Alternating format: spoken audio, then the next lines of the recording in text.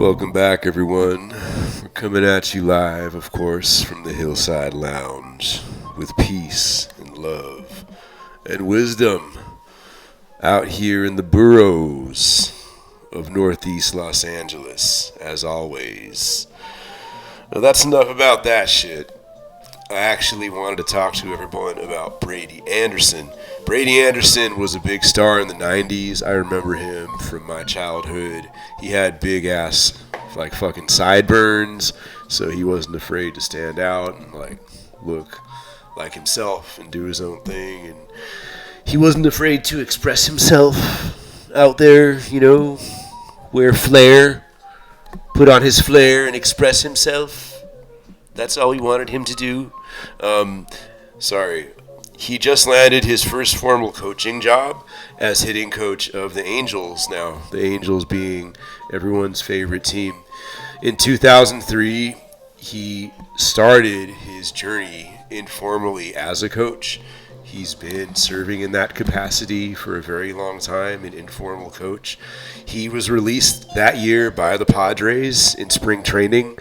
Anderson, at that point, asked former Padres general manager Kevin Towers if he could go down to the AAA Portland Beavers. That season, he served as a mentor to younger players, and being 39 years old, it turned out to be his last season. In 2024, he spent a week as a spring training instructor in Arizona for the Angels. Helping players improve, he said, is a driving force in his life. It doesn't just give me purpose, it's something I'm good at, Anderson said. So he has actually worked for the Angels in the past, just for a very short time.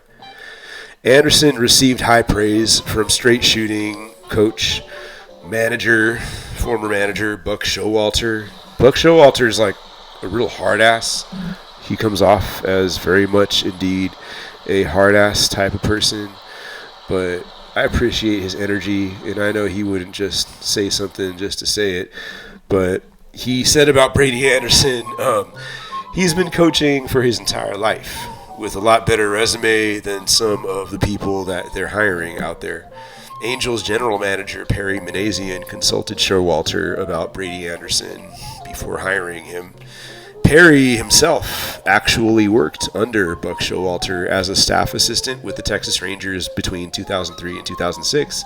He personally knows his former boss, doesn't dole out praise easily, and therefore Showalter's endorsement really resonated with him. New Angels skipper Kurt Suzuki was also impressed when Nick Markakis, former Major League outfielder Nick Markakis, an incredibly reserved human being, apparently Nick Markakis, he is a former teammate of Kurt's. He spoke highly of Anderson. When Nick says something, which he doesn't do very often, you listen. At 62 years old now, Anderson was an all-star. He hit 50 home runs one year. He stole 53 bases during another season. And he was really fun to watch out there. To be honest, the Angels had limitations in their hunt for a new hitting coach because new Angels skipper Kurt Suzuki and his entire staff are all for some reason signed only on one-year contracts. Why would a more accomplished hitting coach choose such an unstable job? I know I wouldn't if I was a highly accomplished hitting coach. Anderson worked with the Orioles from 2010 to 2019. During that time, Brady Anderson was a more or less ombudsperson for the Orioles front office, taking on a variety of jobs. At one point, he oversaw the team's strength and conditioning program. He worked with hitting coaches. He helped with analytics sometimes. He even threw batting practice at some points.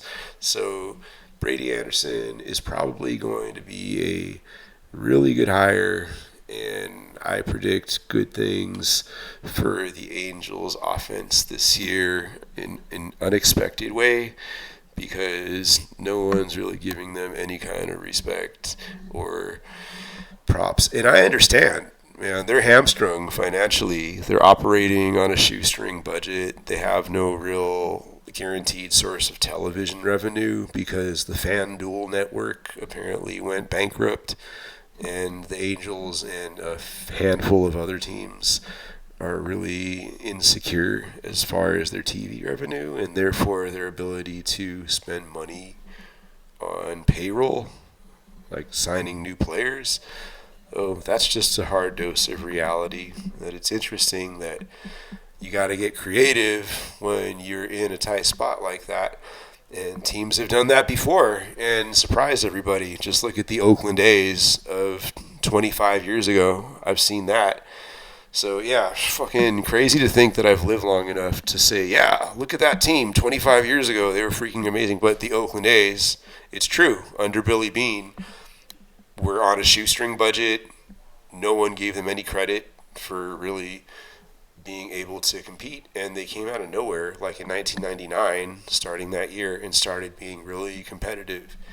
I remember they had like John Jaha, and that's when Giambi, the Jason Giambi, both of them, and Jeremy Giambi started to emerge as hitters. But just funny looking guys on that team, not gonna lie, but great pitching. And there I go rambling about the Oakland A's, which don't even play in goddamn Oakland anymore. So thank you for listening. If you made it this far, peace be with you, and all my relations and all that good stuff, man. So I'll see you guys next time, or girls, or they, them. All right, bye bye.